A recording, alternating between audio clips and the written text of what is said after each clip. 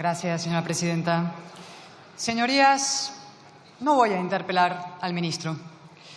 Lleva un año despreciando las preguntas de la oposición, es decir, pisoteando los artículos 183 y 188 del reglamento de esta Cámara, que regulan la rendición de cuentas del Gobierno, condición imprescindible de una democracia. Al señor Bolaños, un diputado cualquiera, incluso cualquier periodista, le pregunta «¿Qué hora es, ministro?», y él contesta gutural, ultra, facha. 3 ejemplos de este año y hay docenas. Señor Bolaños, ¿qué va a hacer si los tribunales deciden que la ley de amnistía está al margen de la Constitución y el derecho europeo? Respuesta. Recae sobre sus hombros la responsabilidad de representar al equipo ultra. Señor Bolaños, ¿cuál es el conflicto entre España y Cataluña? Respuesta. Quiero darle la enhorabuena por imponer a su candidato ultra en Cataluña, al César lo que es del César y al ultra lo que es del ultra. Señor Bolaños, ¿por qué sigue apoyando al fiscal general del Estado? Respuesta. Su tono altivo y perdonamidas nos recuerda lo importante que es ir a votar para que no gobierne gente como usted. Desde luego, mejor ser perdonavidas que perdona muertes, excarcelando etarras antes de tiempo como este Gobierno. El miércoles pasado, el ministro Bolaños directamente se mofó en la cara de una diputada de Vox que le recordó su deber de contestar. No, negaba con la cabeza y se reía. La sesión de control, reducida a ruido y furia que nada significa, o dicho en castizo, al diálogo con un besugo. La pregunta, señorías, es ¿por qué actúa así el señor Bolaños? Primero, porque en su caso contestar es delatarse. Su gestión se cuenta por fracasos. Segundo, porque se lo permiten. La presidenta de esta Cámara ha abdicado de su responsabilidad institucional, si es que alguna vez la asumió. Es una correa de transmisión del Gobierno. Y tercero, por estrategia. La degradación de las sesiones de control es un reflejo de la destrucción de la conversación pública española. Y la destrucción de la conversación pública española es la consecuencia de una perversa decisión política.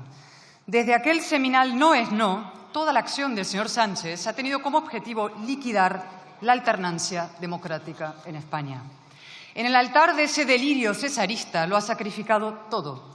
La igualdad como bandera socialista, la verdad como valor, incluso como concepto, el prestigio de las instituciones, el consenso constitucional y hasta el suelo de valores morales comunes que toda nación necesita para aprobar reformas y avanzar.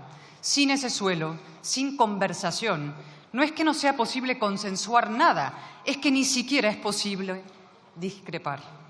La realidad, señorías, es que España no tiene un gobierno en sentido estricto. Un gobierno mínimamente coherente, capaz de aprobar unos presupuestos sin la humillación de que un socio le suelte a otro esa vulgaridad tan nacionalista, muevan el culo. Lo que preside Sánchez es un proceso de incomunicación, de desconexión, de unos españoles con otros y de todos con la democracia. Y la prueba, en forma y fondo, es el señor Bolaños. Ha pasado un año de su nombramiento como ministro de Presidencia, Justicia y Relaciones con las Cortes y estamos en el último pleno de 2024. Es buen momento para hacer balance. Primer hito contra la alternancia, la amnistía. Un año después del pacto PSOE-Junts, el señor Bolaños sigue sin citar un solo precedente de un político que haya borrado los delitos de otros políticos a cambio del poder, es decir, de una amnistía con ánimo de lucro, porque no existe, claro. Y un año después, el señor Bolaños sigue sin explicar cómo una medida que el señor Sánchez había tachado en octubre del 22 como claramente fuera del ordenamiento constitucional español, de pronto se convirtió en impecablemente constitucional. De ilegal a legal con la misma ley vigente. De la noche a la mañana, literalmente, es el milagro del 23 de julio. El fruto de la conjunción estelar entre los 7 votos de un prófugo y la codicia oceánica de un hombre sin escrúpulos. Lo que Torcuato Fernández Miranda habría llamado una maniobra torticera. ¿Y qué dice de esto el ministro gutural? Ultra. Bueno, y algo más. Me felicito a mí mismo. Sus señorías se acordarán, cómo olvidarlo, cuando se plantó en el patio del Congreso y proclamó la amnistía será un referente mundial y marcará historia. ¡Qué farsa! Y sobre todo, ¡qué farsa fracasada! Ya es Navidad en Waterloo y la amnistía sigue sin aplicarse. El prófugo volvió a Barcelona, sí, pero para una charlotada estival. Ya soca aquí, ya no soca aquí. Un Houdini jodido.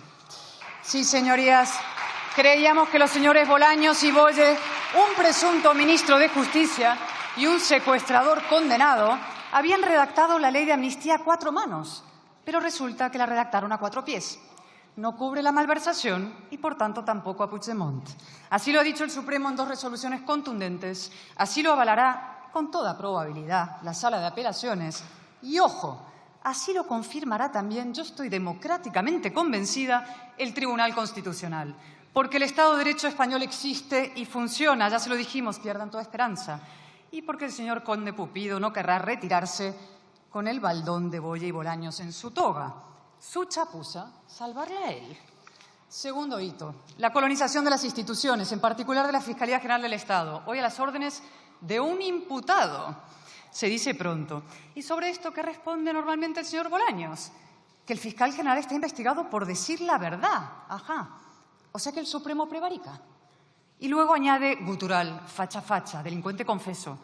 El señor Bolaños olvida que existe algo llamado presunción de inocencia, que si llama delincuente al novio de Ayuso tendrá que llamar delincuentes a la mujer del presidente, al hermano del presidente, a la mano derecha del presidente y al propio fiscal general. Y también que él puede salir mal parado. Y es que, como ya le advertimos, todo se sabrá. De hecho, ya sabemos bastante. Sabemos que el fiscal general ordenó que se le remitan datos reservados de un particular a su cuenta personal de Google, algo estrictamente prohibido, por lo que ya debería ser inhabilitado. Sabemos que esos datos se filtraron con el objetivo de destruir una rival del gobierno, un delito propio de un régimen totalitario. Y sabemos también que la Guardia Civil está analizando el contenido del móvil del fiscal general del 8 al 11 de marzo de 2024. Días trepidantes, días interesantes.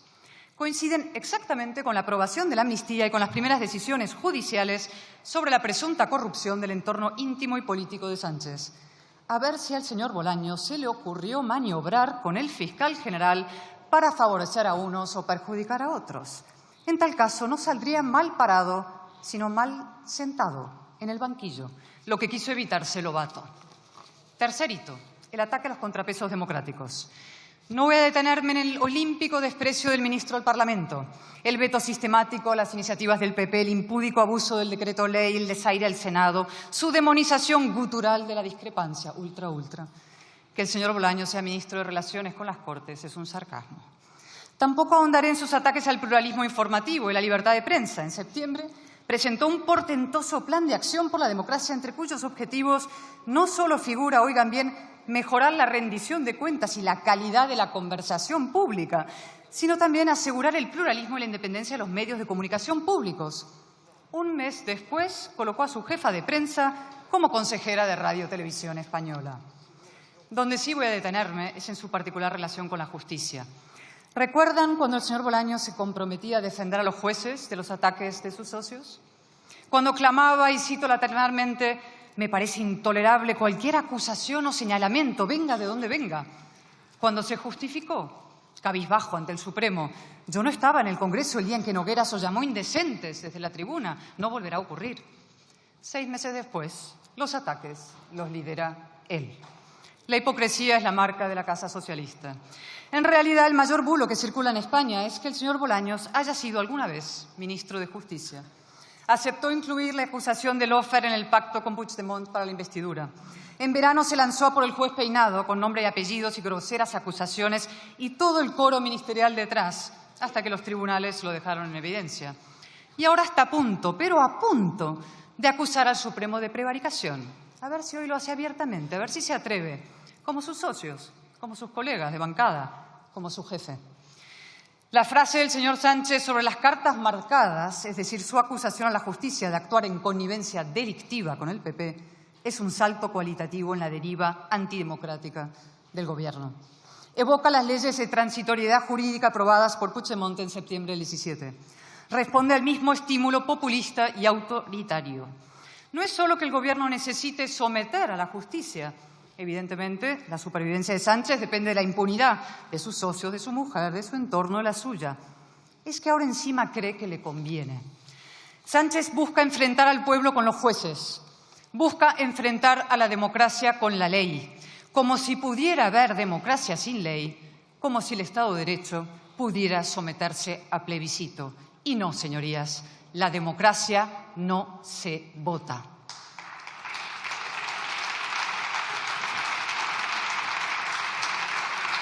¿Y el señor Bolaños? Nada, se ha quedado sin coartada. Años deslegitimando al Consejo General del Poder Judicial, insultando a sus miembros, diciendo que son peones del PP porque denuncian los ataques del Gobierno. A ver cómo explica ahora el comunicado de la magistrada Perelló. ¿Dirá que los jueces no han completado la transición? Esa última genialidad salida de Moncloa. ¿La llamará gutural ultra? Cuarto y último hito, Franco. Ahora sí el ministro por fin puede gritar facha, facha, solo que ante su gutural espejo. ¿Qué sería de este gobierno sin los ultras? Sin Bildu, sin Puigdemont, sin Junqueras, sin Franco. ¿Qué sería de él sin la polarización? Como son incapaces de gobernar por adhesión, intentan gobernar por odio. Levantan muros entre españoles, juegan al divide y vencerás y reescriben la historia. Franco no fue derrotado por una izquierda heroica y valiente, sino por una vulgar flebitis, y murió en la cama. La libertad no la trajo el PSOE, la trajeron los demócratas de ambos bandos, y señaladamente 3 hombres, Adolfo Suárez, Torcuato Fernández Miranda y el rey Juan Carlos. Ellos sí que merecen 100 homenajes, y con ellos los 7 padres de la Constitución, de los cuales 4 lo son también del Partido Popular. Fraga, claro, y Miguel Herrero, y José Pedro Pérez Llorca, y Gabriel Cisneros. Sí, somos también hijos de UCD. A estas alturas, ¿a quién pretenden engañar? Se lo diré, a sus menguantes votantes y a sus socios. Quieren mantenerlos a ellos polarizados, radicalizados, atrincherados, atrapados en un solo lado del muro, cautivos del caínismo. El populismo es el atajo de los mediocres y el frentismo una confesión de impotencia, además de una canallada. Y ahora sí, señor Bolaños, es su turno. Ya puede seguir conversando consigo mismo. Gracias. Muchas gracias, señorías. Muchas gracias, señora Álvarez de Toledo. La eché de menos la semana pasada, que no me formuló ni pregunta ni interpelación. Pensé que la tenía castigada el señor Tellado. Y, señor Tellado, si usted impide que la señora Álvarez de Toledo me pregunte, no se lo perdonaré jamás. Parafraseando a la propia Álvarez de Toledo. Mire, estoy encantado de que tengamos una interpelación y un debate usted y yo, señora Álvarez de Toledo. Me gustaría que algún día tuviéramos un debate en el que no leyera usted todo, de principio a fin. Que fuera un debate sin papeles, donde podamos confrontar ideas, confrontar modelos, y no venga usted a leernos un discurso que podrá haber preparado usted o cualquiera de sus colaboradores. Pero, en todo caso, encantado de haber tenido este debate. Quiero empezar poniendo en contexto, porque me parece importante, quién es Álvarez de Toledo. Creo que el diario de sesiones debe reflejarse y quiero que los ciudadanos también lo conozcan. Mire, usted es, y se lo he dicho alguna vez y hoy se lo voy a volver a repetir, usted es el rostro del bulo, historia viva del bulo. Desde el año 2004, después del atentado del 11 de marzo, hasta el año 2006, usted colaboraba con un periódico de difusión nacional, donde escribió usted 146 artículos propagando el peor bulo y el más doloroso de todos los que ha sufrido la democracia española, que es el bulo del 11M. 146 artículos, algunos de los cuales he tenido oportunidad de leerle desde mi escaño, 146 artículos propagando el bulo de ETA, de Marruecos, de las fuerzas y cuerpos de seguridad del Estado, del CNI, y no reconociendo cuál fue la autoría de ese atentado. Y eso lo hizo usted del año 2004 al 2006. Por tanto, usted es historia viva del bulo. Y que el Partido Popular la mantenga como diputada, lo único que quiere decir es que el Partido Popular lleva la mentira y el bulo en el ADN. Porque si no, usted no podría ser diputada de un grupo parlamentario que no puede sentirse orgulloso de haber propagado el peor bulo, el más doloroso de la historia de nuestra democracia, que fue el del 11 de marzo. Se ve que usted, del año 2004 al 2006, propagó el bulo con eficacia. Porque ¿qué hizo en 2006 el Partido Popular? Ficharla a usted como jefa de gabinete del secretario general del Partido Popular. Es decir, primero propagó el bulo y luego se encargó desde el Partido Popular a generar el bulo. Y eso lo que hizo usted fue desde el año 2006 al año 2008 como jefa de gabinete del secretario general del Partido Popular. Insisto, propaga el bulo desde las páginas de un periódico nacional y luego genera el bulo y se intenta beneficiar del bulo y de la mentira, la peor mentira de la democracia española desde el año 6 al 8, desde Génova 13, sede nacional del bulo en nuestro país. Y usted, el rostro del bulo en la sala de máquinas de la mentira y del bulo.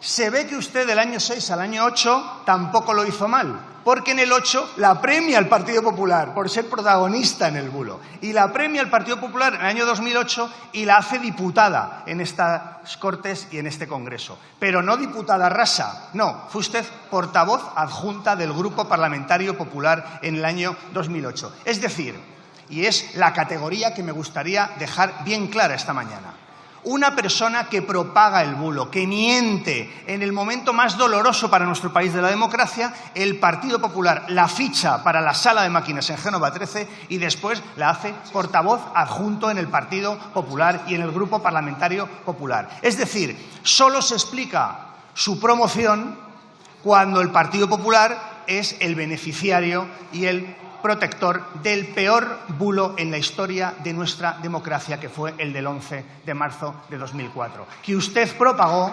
mezclando a ETA, a Marruecos, al Partido Socialista, al CNI, a la Policía Nacional y a la Guardia Civil con ese atentado terrorista yihadista.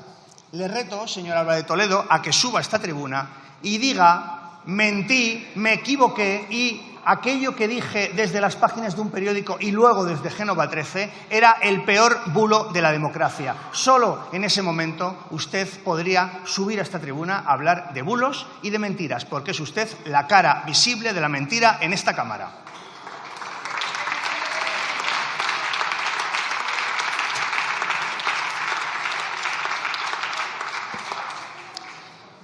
Entro a algunas de las cuestiones que usted ha planteado. Ha dicho, como lo dice usted, que estamos poniendo en cuestión el derecho a discrepar. No hay más que escucharla a usted para saber que el derecho a discrepar, que la libertad de expresión en nuestro país está en un serio riesgo. No hay más que verla a usted en cualquiera de sus intervenciones tan engoladas, como hace usted las intervenciones tan absolutamente engoladas. Segundo, dice usted que los presupuestos generales del Estado y, por tanto, la continuidad de este Gobierno están en manos de Junts per Catalunya. Le voy a hacer alguna pregunta, señor Álvarez de Toledo, y me gustaría, si es posible, que me responda desde esta tribuna. ¿Usted sabe qué ofreció el Partido Popular a Junts para conseguir la investidura del señor Feijóo? ¿A usted se lo han contado? ¿Le han contado alguna reunión que se celebró entre dirigentes del Partido Popular y Junts en Bruselas? ¿Le han contado qué estaba dispuesto a dar el Partido Popular a Junts para conseguir que el señor Feijóo fuera presidente del Gobierno? Es bien sencillo. Suba usted y diga: pues no, no me lo contaron. Bien. Pero si se lo contaron, ¿usted qué opina? Y, por cierto, después de tantos meses acusando ustedes a Junts per Catalunya de la trama rusa, de ser terroristas, ¿qué opina usted de las declaraciones bien recientes de dirigentes de su partido, como la señora Cuca Gamarra, el señor González Pons, el presidente de Andalucía, el señor Moreno Bonilla? ¿Qué opina usted de esas declaraciones donde se dice que hay que colaborar y que hay que trabajar con una fuerza perfectamente democrática como es Junts? ¿Eran terroristas o es una fuerza perfectamente democrática? ¿Está usted a favor de lo que le ofreció el Partido Popular a Junts para conseguir la investidura del señor Feijóo o no? Porque, mire, usted se ha quedado como la última mohicana ultra del Partido Popular, defendiendo banderas que ya no defiende ni el Partido Popular. Ni el Partido Popular. Y sí, ultra. Usted pertenece a la internacional ultra con los líderes ultraderechistas del mundo. Usted pertenece a esa internacional ultra.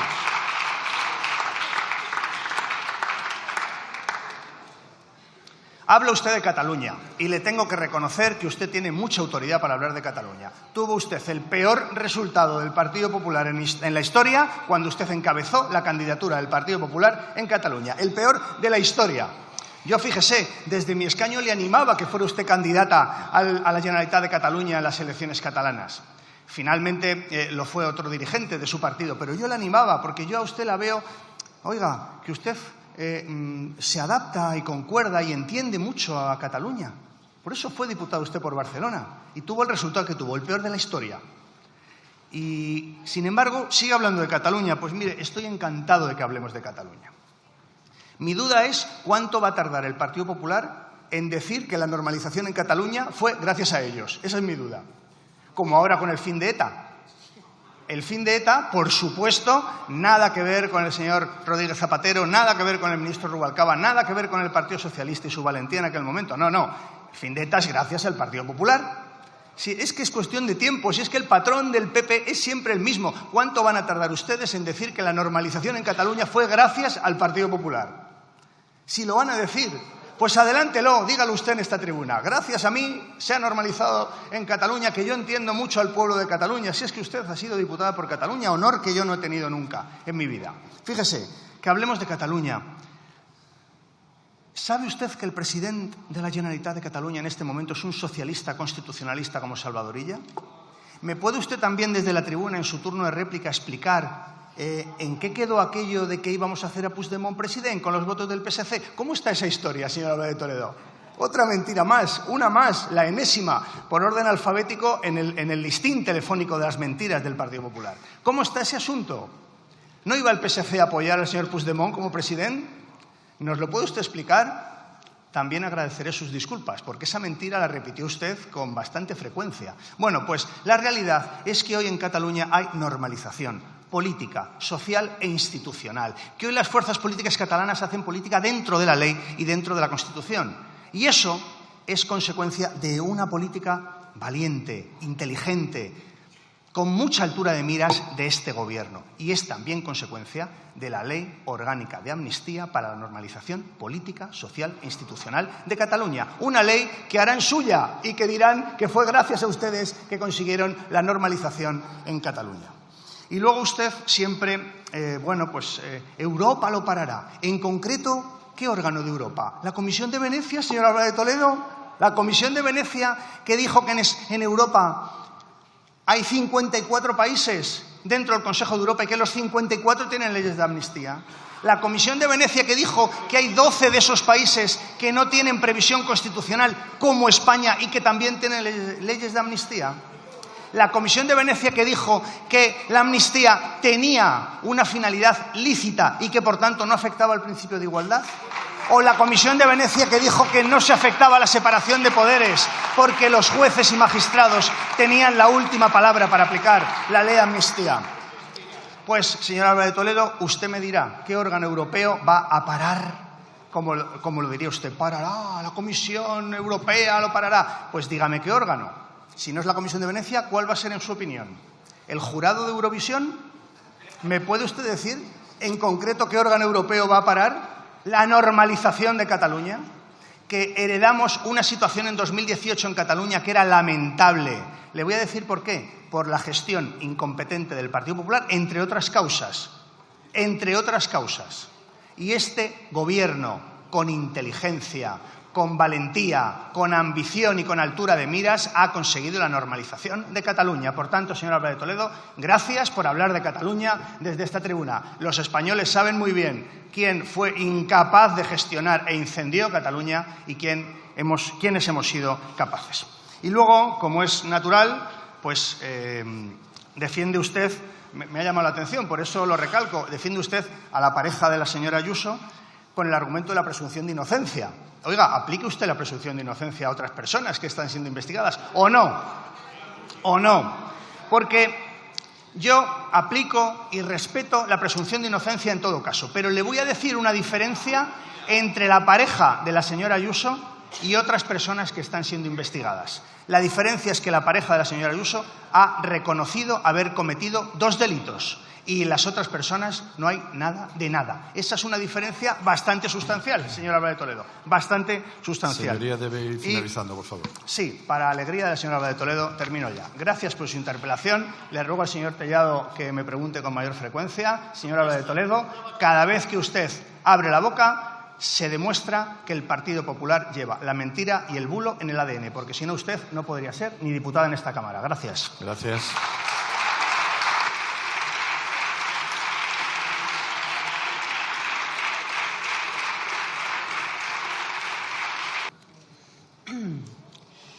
El señor Bolaños ha salido hoy por bulerías.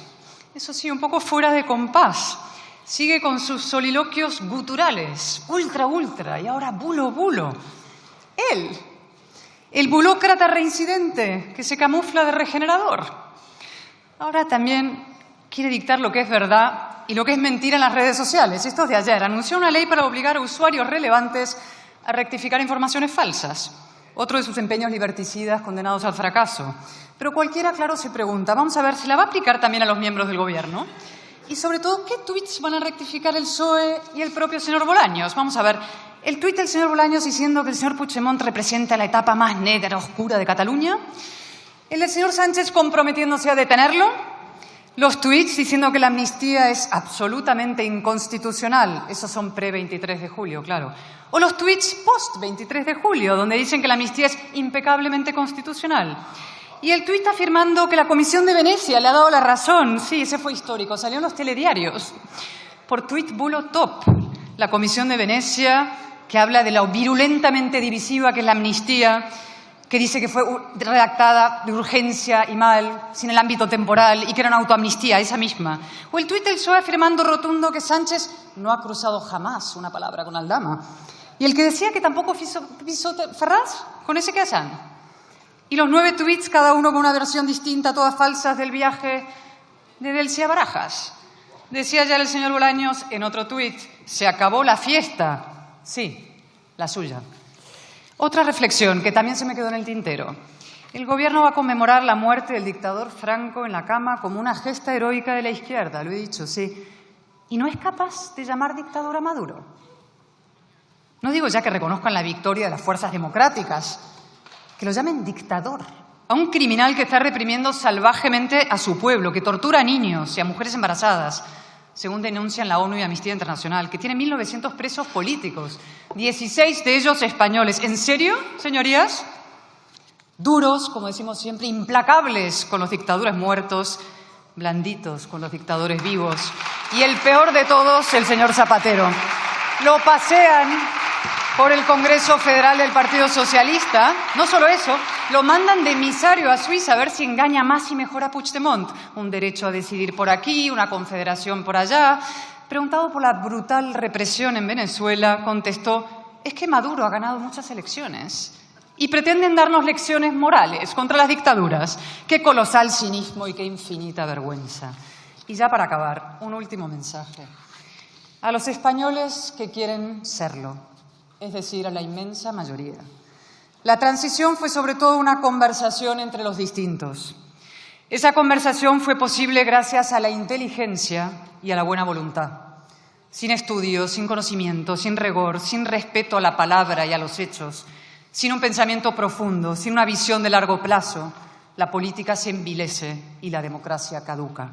Sin inteligencia no hay acuerdo, solo el enfrentamiento gutural y sectario que nuestra Constitución derogó. El Gobierno ha hecho lo imposible por socavar el suelo de valores que nos unen. Ha sustituido la buena voluntad de los constituyentes por una mala fe destituyente. Y, sin embargo, el suelo español sigue firme. La inmensa mayoría de los españoles coincidimos en lo esencial, la libertad, la igualdad, la nación. Y también en que hay una serie de cosas que no se hacen. No porque estén legalmente prohibidas, sino porque son moralmente inaceptables. No se borran los delitos de otros políticos a cambio del poder. No se mantiene a un fiscal general imputado por intentar destruir a una rival. No se ataca, calumnia y hostiga a un juez por investigar a tu mujer. No se le dice a un compatriota sepultado por el lodo, a otro español, si quiere más recursos, que los pida. Y no se pacta con un partido que justifica el coche bomba y el tiro en la nuca. Y aquí un inciso. ¿Se imaginan ustedes, por un instante, señorías, que en esta Cámara hubiera un partido que justificase el haber matado judíos? ¿A qué no? Entonces, ¿por qué les parece normal y hasta democráticamente saludable que haya aquí un partido que considerase justificado secuestrar y matar españoles? Eso es Bildu, heredero del odio que el Gobierno blanquea y agita. Y sin embargo, señorías, hay esperanza. La inmensa mayoría de los españoles no nos odiamos como los socios del Gobierno a España, ni como el Gobierno a la mitad de España, ese gutural ultra. Y cualquiera que sienta esa tentación deberá recordar las palabras del gran Torcuato Fernández Miranda. Un día le preguntaron cómo había sido posible la transición. Hizo una pausa, reflexionó un instante y contestó: con el corazón sujeto y en su sitio. Es lo que distingue a un guionista de la reconciliación de un tramoyista de la discordia. Gracias.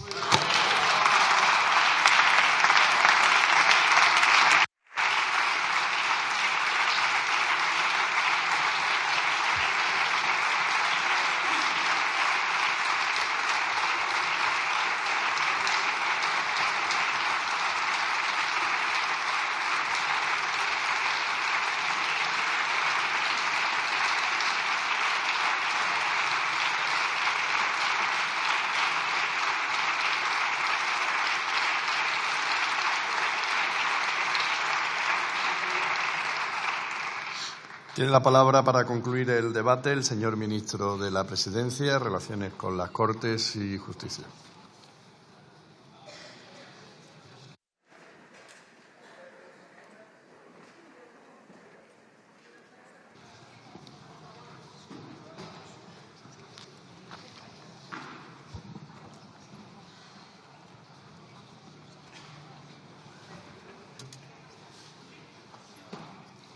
Muchas gracias, señor presidente. No hay manera, señor Álvarez de Toledo, de mantener un debate. Usted sube aquí, incluso en la réplica, y nos lee lo que tenía preparado. Oiga, esto es un parlamento y ese prefijo pues quiere decir que hay que hablar y hay que improvisar y hay que decir algo que no traiga uno escrito de casa, señor Álvarez de Toledo. Yo intento adaptarme a lo que usted dice y así lo voy a hacer, pero, en fin, para el siguiente debate, si quiere usted, sin papeles, usted y yo. Esa es la propuesta que le hago.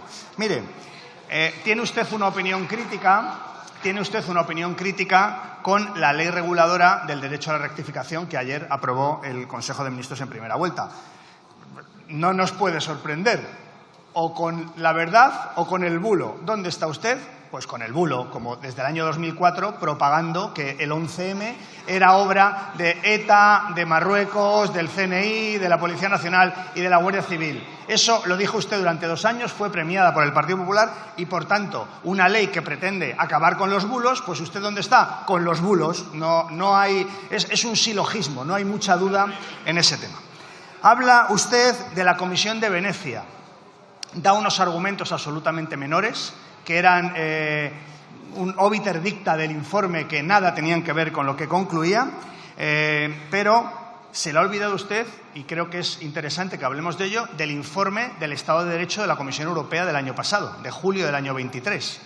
¿Sabe usted cuántos reproches, cuántas críticas, cuántas observaciones, cuántas enmiendas tenía el informe del Estado de Derecho de la Comisión Europea a la ley de amnistía? Se lo voy a decir: 0, ninguna.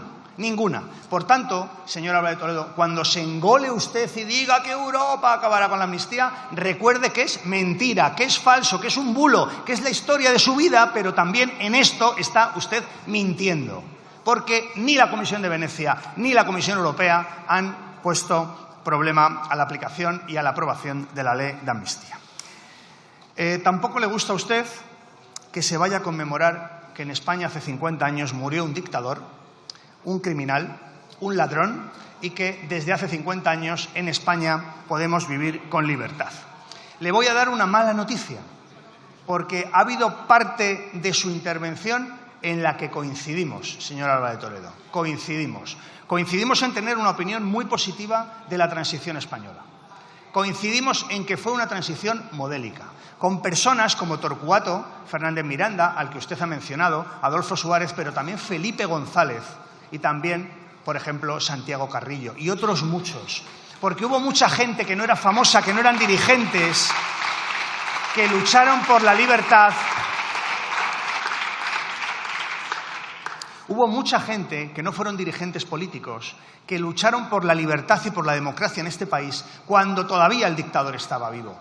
Muchos militantes socialistas, escúchelo bien, muchos militantes socialistas lucharon por la democracia en este país con el dictador vivo y pagaron con la cárcel y a veces con su vida luchar porque hoy España sea una democracia. Esa es la historia del Partido Socialista y es la historia de mi partido. Y por supuesto que la transición fue un gran acuerdo entre diferentes. ¿Me va usted a respetar, me va usted a perdonar un ataque de falta de humildad? Pero ¿cuántos acuerdos entre diferentes ha conseguido usted? ¿Le digo yo los que consigo a diario? Claro, es que usted habla de la transición, que efectivamente fue un acuerdo entre diferentes, entre muy diferentes. Piense que estaban los que habían encarcelado, los que habían fusilado y estaban las víctimas. Y se llegó a un acuerdo. Imagínese la dificultad de aquello. Bueno, yo sigo pensando que España se construye con acuerdos entre diferentes. Y lo hago todos los días en mi condición de ministro de Relaciones con las Cortes. Y por eso le pregunto, tendremos más debates, el señor Tellado no la castigará.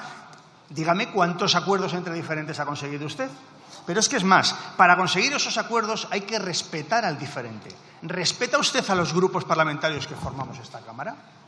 ¿Respeta usted al Partido Socialista Obrero Español, que es la primera fuerza política en la historia de la democracia en este país? ¿Nos respeta usted?